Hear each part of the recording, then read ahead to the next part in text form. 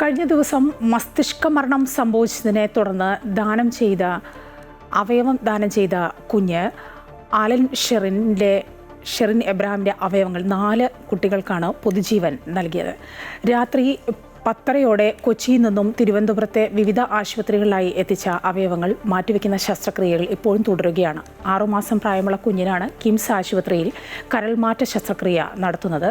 അലൻ്റെ സംസ്കാരം നാളെ വൈകിട്ട് 3 മണിക്ക് Mallappally Nedungadappally saint Thomas CSI പള്ളി സെമിത്തേരിയിൽ നടക്കും. കൂടുതൽ വിവരങ്ങളുമായി രജിത് കുമാർ ചേരുകയാണ്. രജിത്ത്, കിംസ് ആശുപത്രിയിലെ സങ്കീർണമായ ശസ്ത്രക്രിയ അതെങ്ങനെയാണ് പുരോഗമിക്കുന്നത്? എന്താണ് ആശുപത്രിയിൽ നിന്നും അറിയാനാവുന്നത്? കിംസ് ആശുപത്രിയിൽ കരൾമാറ്റൽ ശസ്ത്രക്രിയ പുരോഗമിക്കുകയാണ്. നമുക്കറിയാം, കുഞ്ഞ് ആലിൻ്റെ 4 അവയവങ്ങളാണ് 4 കുട്ടികൾക്ക് ജീവൻ ഏകുന്നത്. അതിൽ തന്നെ ഏറ്റവും പ്രധാനം ഈ കരൾ മാറ്റിവെക്കൽ ശസ്ത്രക്രിയയാണ്. 6 മാസം പ്രായമുള്ള കുഞ്ഞിനാണ് ഈ കരൾ മാറ്റിവെക്കൽ ശസ്ത്രക്രിയ തുടർന്നുകൊണ്ടിരിക്കുന്നത്. വളരെ വേഗത്തിൽ തന്നെ അത് പൂർത്തീകരിക്കേണ്ടതുണ്ട്. അതിൻ്റെ ഭാഗമായി തന്നെയാണ് ഇന്നലെ 7:13 കൊച്ചി അമൃത ആശുപത്രിയിൽ നിന്നുമാണ് ഈ അവയവങ്ങളുമായി ആംബുലൻസ് പുറപ്പെട്ടത്. കൃത്യം 10:30 കൂടി 3.5 മണിക്കൂറിനുള്ളിൽ തന്നെ തിരുവനന്തപുരത്തെ വിവിധ ആശുപത്രികളിലേക്ക് ഈ അവയവങ്ങൾ എത്തിച്ചു. ആദ്യം തന്നെ കിംസിലേക്കാണ് അവയവം എത്തിച്ചത്. കരൾ മാറ്റിവെക്കൽ ശസ്ത്രക്രിയയുടെ ഭാഗമായി 6 മാസം പ്രായമുള്ള കുട്ടിക്കാണ് ഈ കരൾ മാറ്റിവെക്കൽ ശസ്ത്രക്രിയ ഇപ്പോൾ തുടർന്നുകൊണ്ടിരിക്കുന്നത്. അത് അതിസങ്കീർണമായൊരു ശസ്ത്രക്രിയയാണ് അവിടെ തുടരുന്നത്. അത് ഒപ്പം തന്നെ വളരെയേറെ ചിലവ് വരുന്ന ഒരു ശസ്ത്രക്രിയ കൂടിയാണ്. അതുകൊണ്ട് ഈ കുട്ടിയുടെ മാതാപിതാക്കളടക്കം ഇതിൻ്റെ ചെലവ് വഹിക്കുന്നതിനുള്ള സഹായങ്ങൾക്ക് അഭ്യർത്ഥന നടത്തുന്നുണ്ട്. അതും കൂടി ഈ പൊതുജനത്തിന് മുന്നിലേക്ക് ഉണ്ട് എന്നതാണ് ഏറ്റവും പ്രധാനപ്പെട്ട ഒരു കാര്യമുള്ളത്.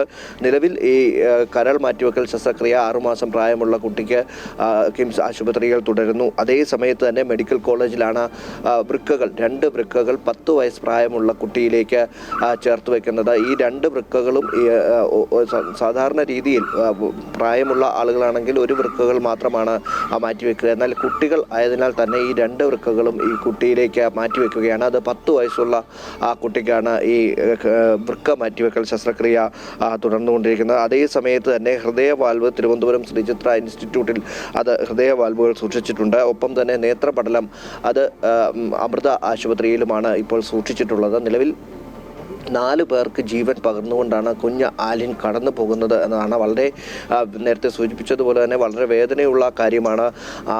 ആലിൻ്റെ അപകടത്തെ തുടർന്നുള്ള മരണം എന്ന് പറയുന്നത് ഫെബ്രുവരി 5-ാം തീയതി ഉണ്ടായ അപകടത്തിലാണ് ആലിനെ വിവിധ ആശുപത്രികൾ, ആദ്യം ചങ്ങനാശ്ശേരിയിലും തുടർന്ന് വിവിധ ആശുപത്രികളിലായി ചികിത്സയിൽ കഴിഞ്ഞതിന് ശേഷമാണ് അമൃതയിലേക്ക് എത്തിച്ചത്. കഴിഞ്ഞ ദിവസം മസ്തിഷ്ക മരണം സംഭവിച്ചതിനെ തുടർന്നാണ് അവയവങ്ങൾ നൽകുന്നതിനുള്ള അനുമതി കുട്ടിയുടെ അച്ഛൻ നൽകുന്നത്. അത്തരത്തിൽ വലിയൊരു കർമ്മത്തിന് അദ്ദേഹം തയ്യാറായി എന്നത് തന്നെയാണ് ഏറ്റവും പ്രധാനപ്പെട്ട കാര്യം. ഇത്രയും വലിയ ഹൃദയം നുറുങ്ങുന്ന വേദനയ്ക്കിടയിലും അദ്ദേഹം അതിന് തയ്യാറായി എന്നത് ഏറെ ശ്രദ്ധിക്കപ്പെട്ട ഒന്നാണ്. അതുകൊണ്ട് തന്നെ കുട്ടിയുടെ മൃതശരീരം അമൃത ആശുപത്രിയിൽ നിന്ന് പോകുന്ന സമയത്ത് തന്നെ അമൃത ആശുപത്രിയിലെ ജീവനക്കാർ അവർ ഗാർഡ് ഓഫ് ഓണർ നൽകിക്കൊണ്ടാണ് അവിടെ നിന്നും മൃതദേഹത്തെ യാത്രയാക്കിയത്. ഒപ്പം തന്നെ കോട്ടയം മെഡിക്കൽ കോളേജിൽ രാത്രി 12:30 മൃതദേഹം കോട്ടയം മെഡിക്കൽ കോളേജിൽ എത്തിച്ചു. അവിടെ പോസ്റ്റ്മോർട്ടം നടപടികൾ വളരെ വേഗത്തിൽ, സാധാരണ രീതിയിൽ രാത്രിയിൽ പോസ്റ്റ്മോർട്ടം നടത്താറുള്ള